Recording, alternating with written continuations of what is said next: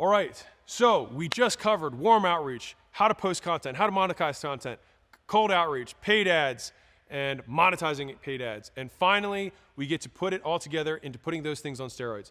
And I'm amped for this. So let's rock and roll. So I'll give you a framework that I actually taught as an impromptu thing to a small group of entrepreneurs who are all doing, I think, $1 to $10 million a year. I got a lot of positive feedback. It was like one of the major things that they said at the end that they like really got a lot out of. And so I want to break this framework down for you.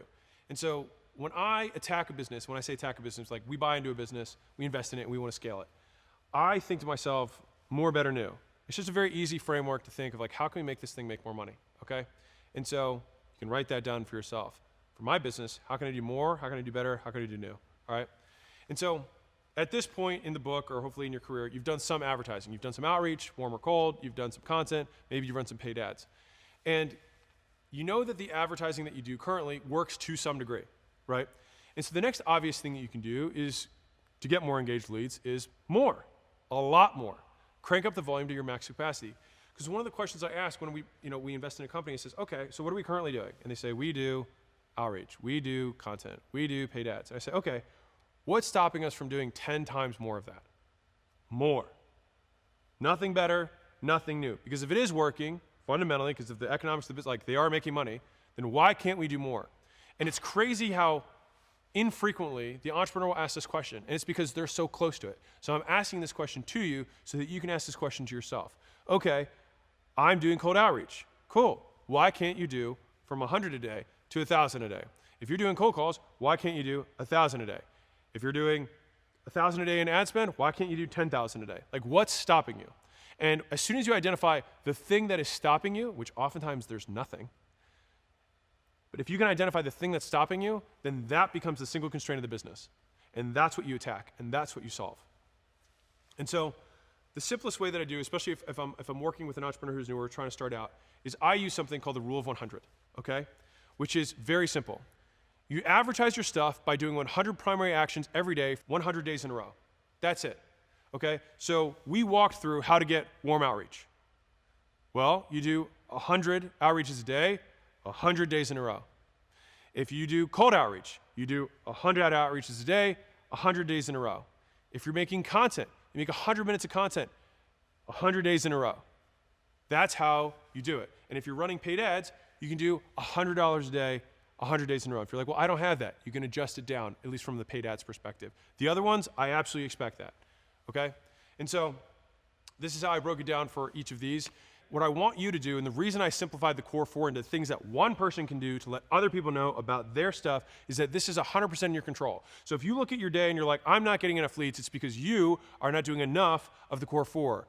Simple. And when you break that down to the primary actions, which with warm reach outs, it would be, are you emailing 100 times a day? Period. Yes or no? If you're not doing it, do that first. And you might be like, wow, that's going to take me like 4 hours. Yup. And then you're going to have your workday start. Welcome to owning a small business. If you're like, man, it's going to take me 4 hours to do 100 phone calls. Yup. Welcome to owning a small business. It's going to take me 4 hours to do 100 direct messages. Yup. Welcome to owning a small business. Again, this is just you. We're going to put leverage on this literally in the next section. All right, but you have to know how to do more. And the first baseline that I want everyone to get through is doing 100 a day, because you will appreciate, one, the value of a lead, and two, you will develop such a good skill set from getting that many repetitions in that you'll be able to transfer it and teach it to other people. And knowing how to make it rain as a business owner is probably the single most valuable skill that you can have. Because for the rest of your life, you will never worry about eating, because you can always pick up the phone and make money. Like, that's what I want to transfer to you, okay? From the content perspective, you want to make sure you're releasing at least one per day on a platform. As you get better, post even more. So the example of primary actions here, because if you're like, okay, how do I translate that into tactics? 100 a day. And so for this would be short and long videos, articles, podcasts, infographics. Figure out what the thing is that you're going to be making and make sure you're posting them every day. Every day. And if you can do it on multiple platforms, because you have 100 minutes per day making content, then do that. And guess what? You will get better. And then eventually, someone will ask you, after you give them enough value, if you have more, to which you will happily accept their money. Cold reach outs, same exact thing as warm reach outs, except I just added some other ones in here. Flyers, cold calls, etc. And as with all cold advertising, just expect lower response rates. That's where using automation can make up for the amount of volume that you can personally do, okay? And then finally, paid ads, direct mail, seminars, podcast spots, any social media ads, all of these things are ads that you can buy. And you can measure it on a monthly basis, you can measure it on a daily basis, it depends on the platform. But fundamentally, as long as you're running ads, and if you want to use your learning budget as the thing that you're willing to just invest in your money printing machine, just see it like that. If I spent a year to create a machine that gave me 10 to 1, would it be worth it? Yeah, because the next month you could recoup all your money. And almost every time I've built a paid ads machine, that's what's happened. It's taken me 6 months, 12 months sometimes to make the machine, and then once the machine's there, I crank it and I make all the money back. You just have to believe it's possible. And so here's the pro tip. More ads means better ads means more leads. So I said this earlier, and I'm going to repeat this because it's so important. Facebook reviewed the accounts of all advertisers on their platform. They found something curious. The top 0.1% of advertisers test 11 times more creative than everyone else. Oftentimes, it's not that you can't scale an ad properly, it's that you can't scale a mediocre ad profitably. And the only way to find the exceptional ads is to make 11 times more of them. Success leaves clues. Do what the 0.1% do and get what the 0.1% get. And I promise you, the best cold callers have made more cold calls than you. The best content creators have made more content than you. The best advertisers have made and spent more money on paid ads than you. And so if you want to have what they have, do what they did. So that's more. The next thing we can do in a business, or your business, is do it better. So getting better gets you more leads for the same effort. Think leverage. We want that. And we can only get better by doing one thing, testing. So you do more and more until it breaks, and then you make it better. So let's walk through this example. Let's see if 30% of people opt in, they give you free information, and then 5% apply for whatever thing that you sell or services, okay? And then 50% schedule after that point. Let's ignore the constraint for a moment and imagine that we improve each step by 5%. So 30% goes to 35%, which would be a 16% increase, which is 1.16. 5% becomes 10%, which is a 100% increase in leads, which is a doubling. And at 50%, adding 5% becomes 55%. Scheduling is a 10% increase in leads. That's 1.1. So which one of these will we attack? The opt-in, the apply, or the schedule? We would attack the apply because the constraint you can define as the one that will have the largest percentage improvement in absolute measures. So you can just take an absolute percentage, add it up, and see which one of them will have the highest impact. And that's where you focus your energy. Because if we took that 5 and made it 20, we would 4x our throughput. And so even more than doing 4 times more, I would think to myself, well, is it easier for me to improve this from 5 to 20? Probably more than getting 4 times as many callers. Well, then I will focus on that. And so here's how I get better. I test one thing per week, per platform, and I do it for 4 big reasons. So number 1 is that if you test multiple things at the same time on one platform, you really never know what worked, which means you can never really learn, and that sucks. So knowing why something worked is helpful. Also, split tests affect each other, which is number 2. If I change the landing page and another thing, well, both of those things might affect something else. So I might get more leads, but they might be less qualified. And so it confuses the data. So we want to test one thing at a time. Number 3 is that when you purposely constrain yourself to one test at a time, then you prioritize the thing that you think will get you the most engaged leads. And so even though you could do lots of unlimited tests, you don't have unlimited time and unlimited resources. So you have to prioritize. And so you have to choose your tests wisely. And by doing it that way and adding in that constraint, you will focus yourself on the things that will give you the most bang for the buck. And then 4th, and probably the most important, is that you run the test long enough to see if you can actually get an improvement. All right, too short and you won't get enough data, and too long and you waste time you could have spent improving the next constraint. All right, so you want to have a big enough sample size, and all you have to do is Google statistical significance calculator and just type in the before and the after and see, and it'll show you the likelihood that the result is significant. If it is, take the winner, and then you move on. And that iterative process of doing that once a week, at the end of the year, you have 52 improvements. Now, you can run that process across multiple acquisition channels as long as they're independent. So if you run paid ads through an Instagram series of pages, and then you run paid ads through a YouTube series of pages, you can test parts of those different pathways independently. You just don't want to test multiple things in the same pathway. And so if we're getting 52 improvements a year, believe me, it improves a lot. And when I look at, just as a fun side note for you guys, over the last year and a half, Gym Launch, since we sold majority, has grown by 40%. And if you saw the quarterly goals that they outline, they have done literally nothing new. They look at the entire pipeline of how we get customers, and they say, okay, we're going to take show rates from 65% to 70% this quarter. And we're going to get our CTRs from 1.1 to 1.2. And we're going to get our pickup rates on our outbound from this to this. And here's how we're going to do it.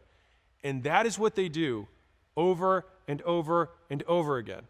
And by doing that, they unlock a better acquisition system than everyone else, because those incremental improvements are the things that other people don't know about and don't know why it worked. And that's why learning the things that mattered are the things that make you more valuable as an advertiser.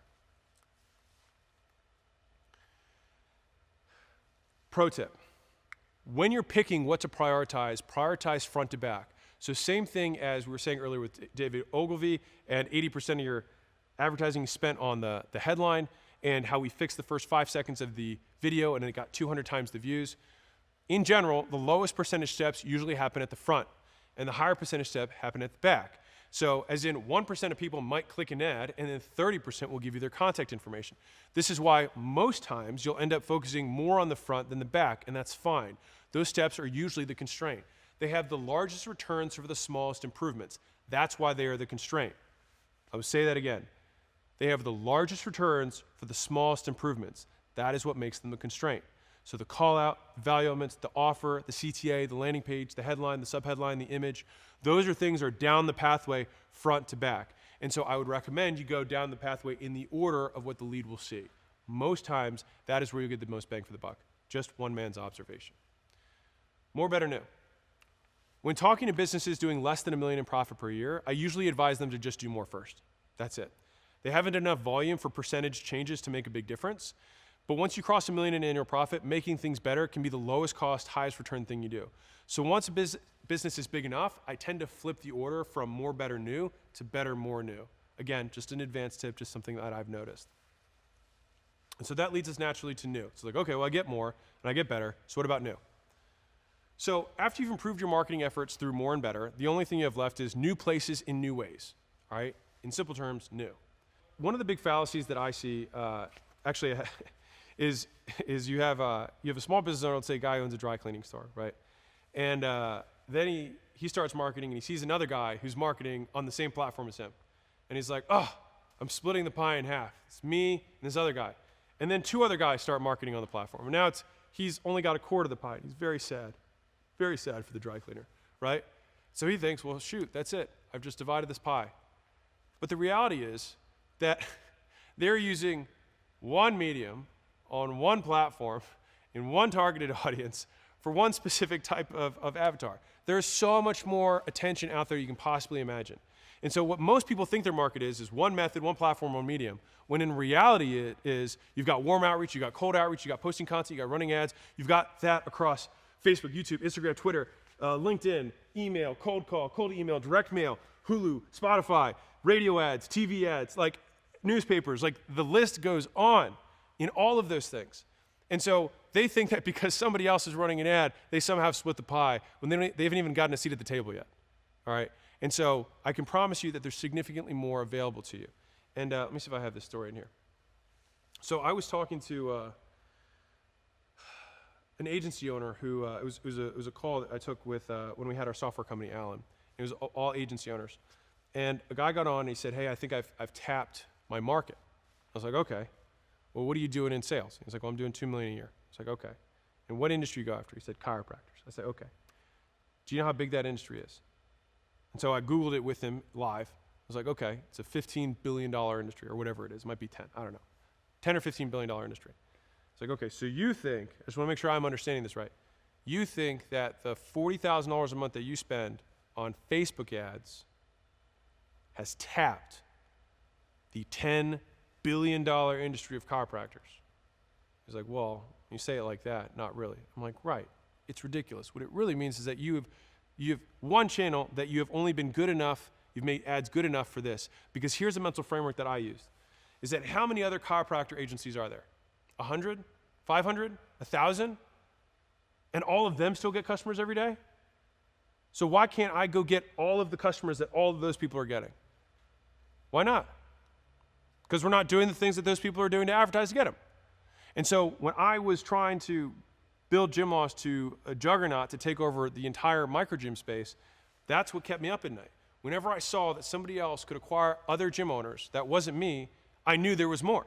Fundamentally, if there's possibility for any other competitor to exist in your marketplace, there is more media to be had. There is more advertising we could be doing. We could let more people know about the stuff we sell, and we're not doing it. So in that way, there's always more. And that's just of what you can see. There's still all of the other ways that no one else is even using. And believe it or not, most of the guys that you're competing against do barely anything. And so you don't have to do a lot to beat them, I promise you. You just got to show up and try consistently. And so next question is like, okay, well, what happens if you really have saturated a specific market? And I'll give you an example. So on the cold outreach side, we have talked to 20,000 gym owners. There's only 50,000 micro gym owners in the US. And so at that point, you're getting closer to saturating, a market, right? So when do you start trying to do new stuff? Well, if you've only talked to 1% of your marketplace, you probably keep going what you're doing. Talk to 10%, you can probably keep doing what you're doing, right? But you start approaching 20, 30%, then maybe you start needing to expand beyond that, okay? And so here's a little graph that I put here, which is from easy to hard. New placements is easier than new platforms, which is easier than a new method, which is the core 4. Think about it this way. If I make content on Instagram and I make posts there, if I then choose to make stories there, it would take minimal lift. If I make videos on YouTube and then I choose to make other smaller videos on YouTube or make a post on the community tab, which is another place you can make content, that is not a ton of effort. I'm already on there, already have an audience. It's just another way that I can communicate. And so if I run ads, for example, on Facebook and I do in the newsfeed, I can run ads in the stories, right? These are all just placements on platforms I already exist on. That is the easiest way to do something new. So if you're not already doing that, that would be the first type of new that I'd be willing to do. It's the lowest risk, highest return, next step. Second, lowest risk, highest return would be a new platform with a similar type of media. So if I make short videos on one platform, taking those short videos and making short videos on another platform, because again, I have similarities there, then I can then start that as my next new thing. The higher risk version of that would then be a different style on a different platform. So if I go from making long form YouTube videos to making short tweets to run ads or make content, that would be a big shift. It's a new platform and a new type of media. So the idea here, if you're just following along, is that in principle, we want to change as little as we can, just like we did more and new, because we're not trying to change a ton. Because what we already have is working. So we just want to take a half step. Because what happens is most people overcorrect and they pendulum swing the other side and they break everything. You just want to take a half step and juice the shit out of it. Get as much as you can out of it, and then take another half step and get as much as you can out of it. And then finally, you do a new core 4, which is the hardest thing to do. Because that's going from running paid ads to building an outbound team. It's from having an outbound team that does cold calls and cold emails to making content. They're completely different beasts. And so if you start with one, I would consider continuing to increase how much you make there, do more, do better, before adding new. By and large, you'll have the highest likelihood of making more money faster with least effort and least risk. And so here's the action step. Exhaust more, better first. Once you can't do any more, any better, meaning the returns are lower than putting the same effort into a new platform. That's the definition of when you know you can't do any more, any better. Try new. And use this rough order. New placement, new platform, new core 4. Get it going, measure how you do, and scale it from there using more, better. Then rinse and repeat. And so that is more, better, new, and how you put everything that we just went over on steroids. And so let me give you a little get lead summary. Advertising is the process of making known. It's what we do to let strangers know about the stuff we sell. And now we solve the stuff with your lead magnet or offer. But to get them to turn into engaged leads, you have to tell them about it. So we spent this section going over the only 4 ways a single person, you, can advertise and let other people know about their stuff. And that's the core 4. The next section, which is the second half of this training, I'll show you how to get other people to tell strangers about your stuff. So stay tuned, and that is is the highest leverage thing that now that we have the core four, we can play the advanced plays.